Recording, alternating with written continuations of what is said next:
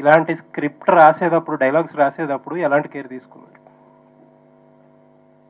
అంటే యాక్చువల్‌గా ఇప్పుడు ఫ్యాట్ షేమింగ్ అనో, లేపోతే ఈ మ్యారేజ్ షేమింగ్ అనో రకరకాల కాన్సెప్ట్‌లో అందరి మనోభావాలు హర్ట్ అవుతున్నాయి ఇప్పుడు బయట.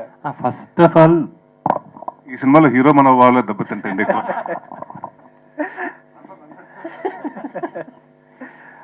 మేమిద్దరం కూర్చున్నప్పుడు అసలు అలాంటివి లేకుండా ఫన్ ఎలా చేయాలి అన్న దాని మీదే ఫస్ట్ ఎక్సర్సైజ్ చేశాం. అండ్ చాలా సెన్సిటివ్గా చిన్నది ఏదైనా ఒక సిచ్యువేషన్ క్రియేట్ చేస్తే దాంట్లో వచ్చే ఫన్ వేరు.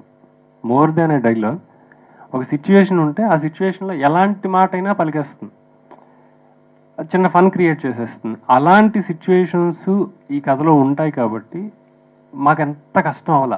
కాకపోతే కొత్త ఏంటి అన్న ఒక్క పాయింట్ దగ్గర ఎక్కువ ఆలోచించాం, ఎక్కువ వర్క్ చేసాం. నరేష్ గారు, మీరు ఇందాక ఆ క్వశ్చన్కి ఎక్స్టెన్షన్ ఏంటంటే వరుసగా కామెడీ సినిమాలు చేసిన రోజులు ఉన్నాయి, వరుసగా ఏంటంటే సీరియస్ సినిమాలు చేసిన రోజులు ఉన్నాయి. మీరు ఒకటి ఏంటి మంచి స్ట్రాటజీ ఏంటని ఏదన్నా ఐడియా వచ్చిందా మీకు? అంటే ఎక్కువ సీరియస్ సినిమాల మధ్యలో అప్పుడప్పుడు కామెడీ సినిమాలు చేయడం కరెక్ట్ స్ట్రాటజీయా? కామెడీ సినిమాల మధ్యలో అప్పుడప్పుడు సీరియస్ సినిమాలు చేయడం కరెక్ట్ స్ట్రాటజీ అనుకుంటున్నారు?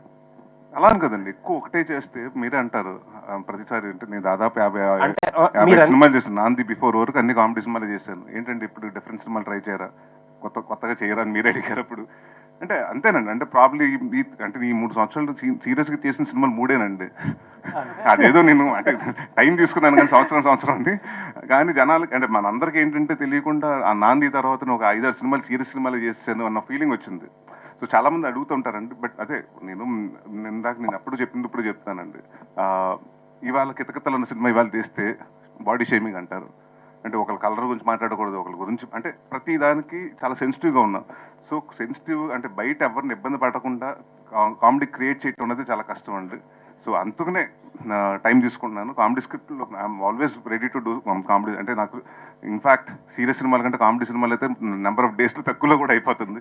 అలా అని కాకపోయినా అంటే వచ్చే కామెడీ మంచిది ఉండాలండి. అంటే నాకు ఈ మధ్య కాలంలో అంటే చాలా మంది కథలు చెప్పారు, ఎక్కడో తెలియకుండా స్పూపులు చేస్తాం, లేకపోతే ప్యారడీలు చేయటం, లేకపోతే డబుల్ మీనింగ్ డైలాగులు రాయటం, ఇలాంటివన్నీ జరుగుతున్నాయండి. ఎలా కాకుండా అంటే నాకంటూ నేను ఫస్ట్ నుంచి ఒకటి అనుకున్నాను. మా ఫాదర్ నాకు నేర్పించింది ఏంటంటే కామెడీ సినిమా అంటే ఫ్యామిలీస్ నలుగురు వస్తారు, 4 టికెట్లు ఎగుతాయి. సో ఎవరిని ఆ నలుగురు పిల్లల్ని ఇబ్బంది పెట్టకూడదు, పెద్దవాళ్ళని ఇబ్బంది పెట్టకూడదు. అలాంటి స్క్రిప్ట్ ఏదైనా ఉంటే దాంట్లో హెల్దీ కామెడీ ఉంటే చేద్దామని ఫిక్స్ అయ్యానండి. డైరెక్టర్ మళ్ళీ అంకం గారు.